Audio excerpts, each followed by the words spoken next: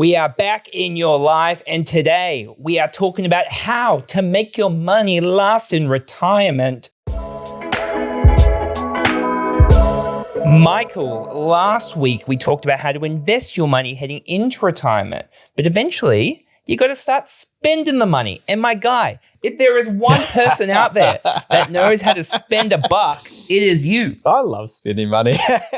I'm like, sometimes I get stressed and I go shopping during the day. Does it make you feel better? It does, man. Honestly, like, bit of retail therapy. It's not even big things. I'm not like going to Gucci or something, right? So I'm just like, sometimes. no, but like, yeah.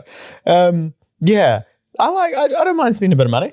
I can run you through that. Yeah, I think the interesting thing about spending money in retirement, which I deal with lots of people with this, where actually if you are one of the people who are good with money and for like 40 years, you've spent less than you earn, and then you get to the point where it's like, go enjoy the money, the psychological barrier of that like, is no. huge. Like, I enjoy it being in the bank account. Yeah. If anyone's in that scenario, hit me up. I can definitely help you enjoy it. No problem.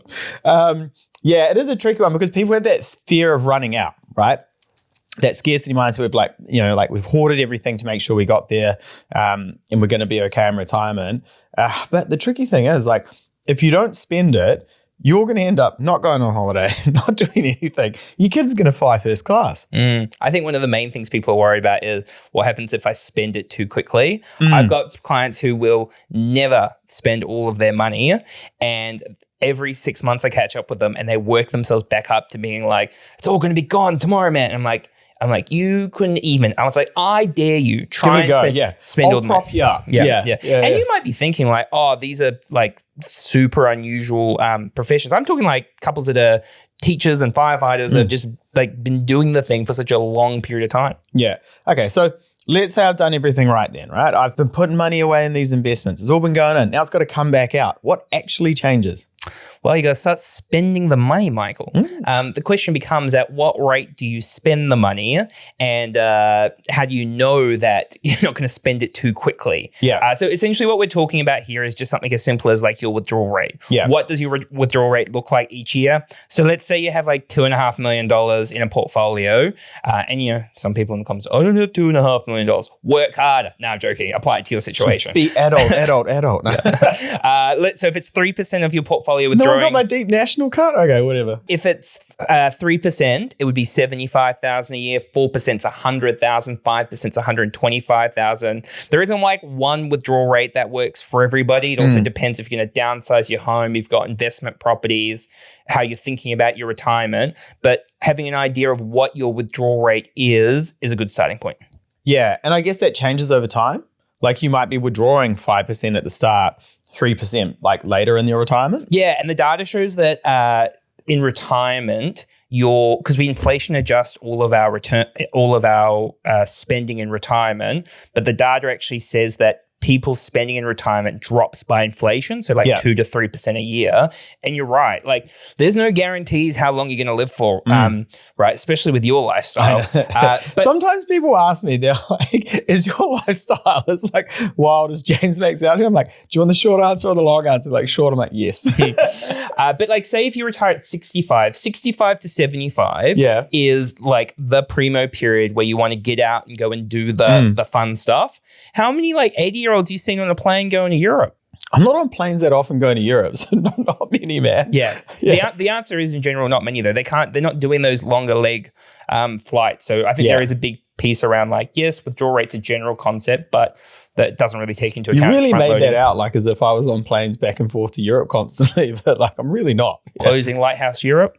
I wish. Yeah. So I get all of that. But like, I'm going to play devil's advocate here, right? I'm sitting in my financial therapist chair and James is trying to get me to spend money. He's like, you got this big portfolio, mate. You can draw down as much as you want.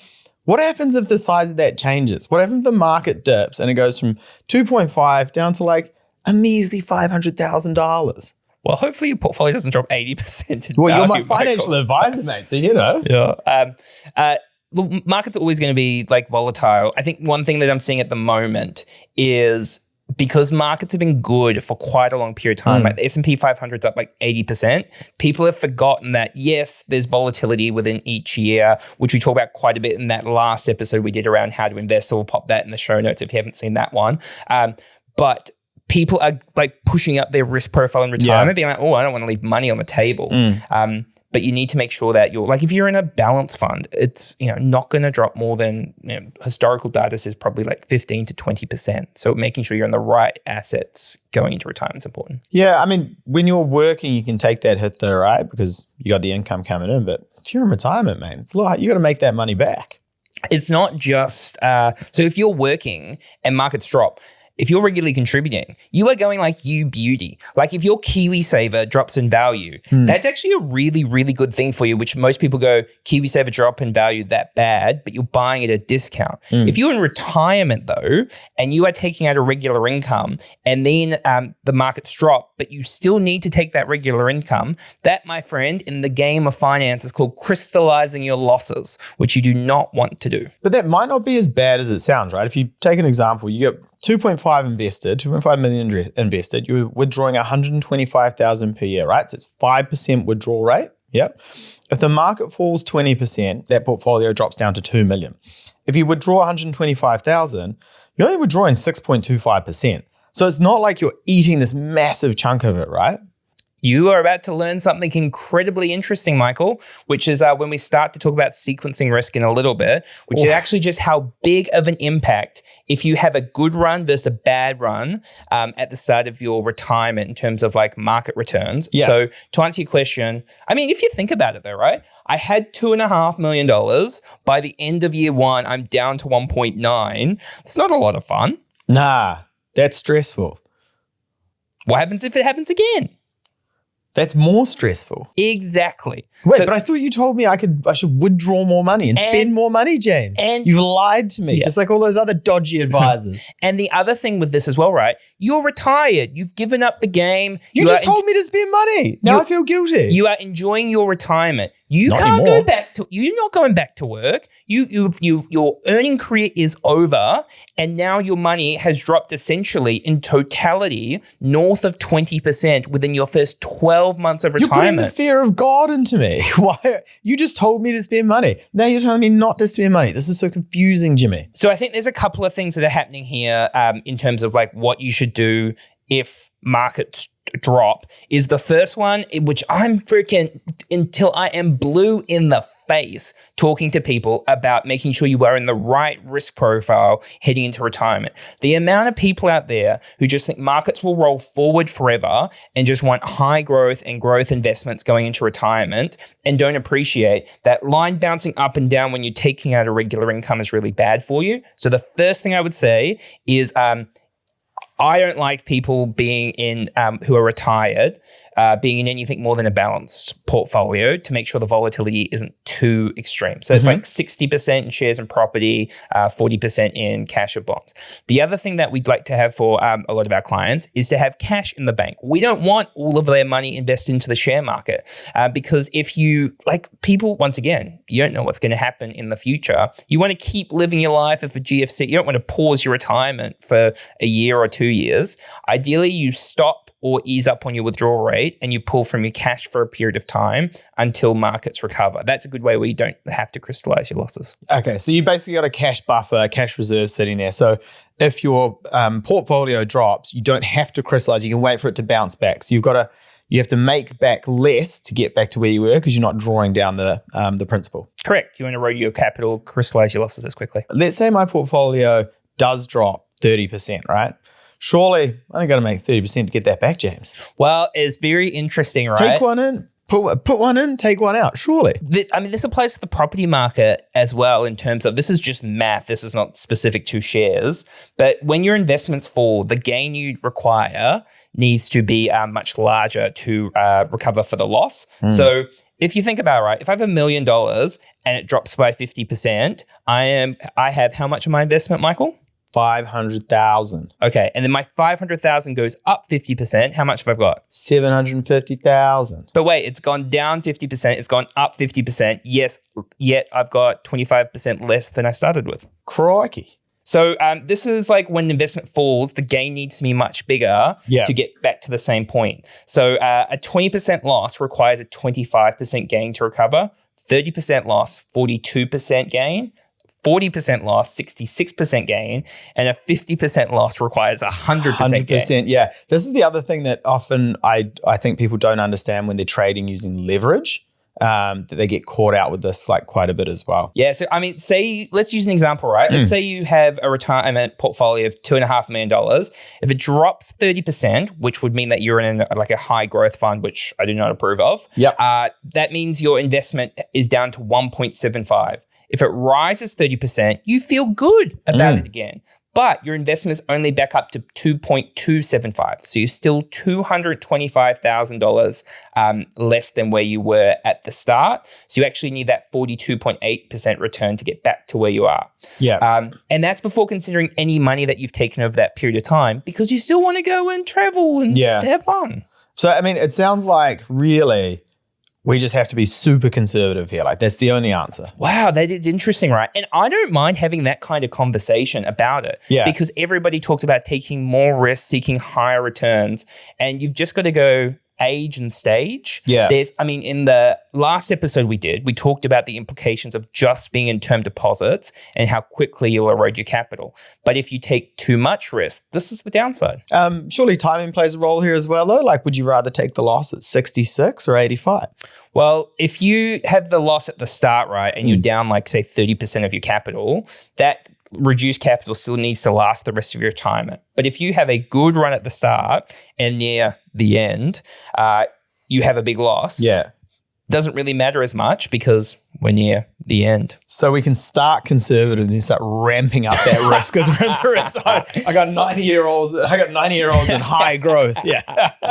Day trading. Like leverage. The Ray-Bans on. But like, in all seriousness, it's actually the opposite. And I saw a Milford paper just come out a few days ago that I read that really wanted me to like talk about this subject, and it illustrates it perfectly. So imagine we've got two investment portfolios that both start with $500,000. You withdraw $25,000 annually and experience alternative returns of plus 10% and minus 5%. One starts with a positive year and the other starts with a negative year. After 24 years, the first portfolio with the positive year at the start has $94,000 left over at the end. The one that has a negative year at the start has $36,000 left. Yeah, great stats. But again, what? Like, I just have to pick a good year to retire? Like, I can't, like, someone can't, if you want to retire at 65, your goal is to retire at 60 or something like that. My God, people's goals aren't usually, my goal is to retire on a good year in the stock market. Like, how do people control this? Can you imagine if you retire at the start of the GFC? 10 years, basically. It's basically 10 years till it came back, right? It's like it was almost a decade. No, it's about 3.5. No, it's about 3.5. You can Google that and promise you it's 3.5. Imagine punching in your card for the last time in 1987 and you've just heard about this amazing thing called the stock market, and then it drops as much as it did at that time. Like, and you broke and it's gone. I know we're laughing about somebody's retirement, but to be fair, those people are 104 now. If they're listening to the podcast, that's great. Oh, yeah. They should start day trading. Get those additional returns, sequencing risk. But in all seriousness, I know you're like, well, what do I do about this? But this is acknowledging. Just work another year. This Just keep working. 104. Just keep working. But like, we've got a productivity problem. But this is the whole thing about the randomness of the stock market. And going that there will be bad years, and if you have a bad year at the start of retirement, you're not continuing to regularly contribute. It's not good, and it makes a huge difference. But what can people do about it? Stop telling me it's not good. Tell me what to do about it. So like I said, there's only really two things that you can do. At 104, go back to it. So the first thing is to make sure that your risk profile is actually at the right level, opposed to taking too much risk and chasing like returns at the end. And then you're not at a stage of life where you're trying to just maximize your returns, but you are also looking for a smoother journey through retirement in terms of consistency of returns to some extent. That's point number one. Point number two is holding cash in the bank. And if you have some cash, not too much cash in the bank, but like 12 to 24 months of income. It just allows you to turn off the tap for a period of time and draw from over here, and then you can balance it back out later when markets are strong. Because at the end of the day, coming back to what we talked about in the previous episode, if you have all of your money in conservative assets, it's guaranteed to get eroded by inflation. You are well worse off in that situation. But that's the game of investing, my guys. Sometimes you win, sometimes you lose. Would you consider this an emergency if someone had an emergency fund to dig into? When you're in if you are going to retire, you have an emergency fund before you retire, market drops. The term emergency fund changes in retirement. So you don't really have... No, before retirement. Let's say someone's heading into retirement, market drops.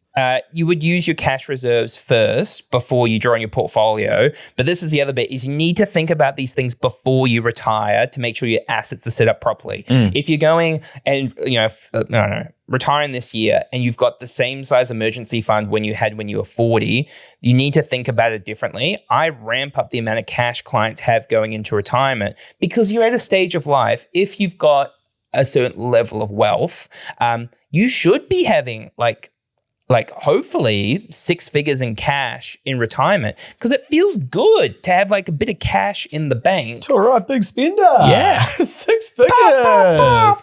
I mean, it's a super interesting subject, right? Like talking about retirement, spending money, like trying to get people there. I mean, to sum it up though, it sounds like it's about balance and about having a plan. Yeah, pretty much. And just making sure that you've got these assets set up the right way heading into retirement, and not just going like, whatever happened will happen, or I'm just going to take my 10% in the S&P 500. That is pretty much reckless, and people are forgetting that because the S&P 500 is up 77% over the past 5 years, they think that will continue. I just believe in reversion to the mean. We will have periods where sequencing risk will impact some people in retirement, and the big thing is you can't control when you retire if sequencing risk impacts you positively or negatively, but you can plan appropriately that if it does happen, you're not going to eat away your capital at a huge rate. Yeah, and if you're 104, start day trading. Yeah, why not? I mean, nothing to lose. Yeah, really. Yeah. The only time we advocate for day trading. Yeah, if you're 104 years old, you can day trade using leverage. Yeah. Okay, so I know this episode is a little bit different. If you want us to do more episodes where we talk about tangible ways to plan or invest opposed to just growing wealth, but how do you start to use it and set it yourself up in retirement, comment below to let us know. Please make sure to like, review, subscribe, and we'll catch you next time. Cheers.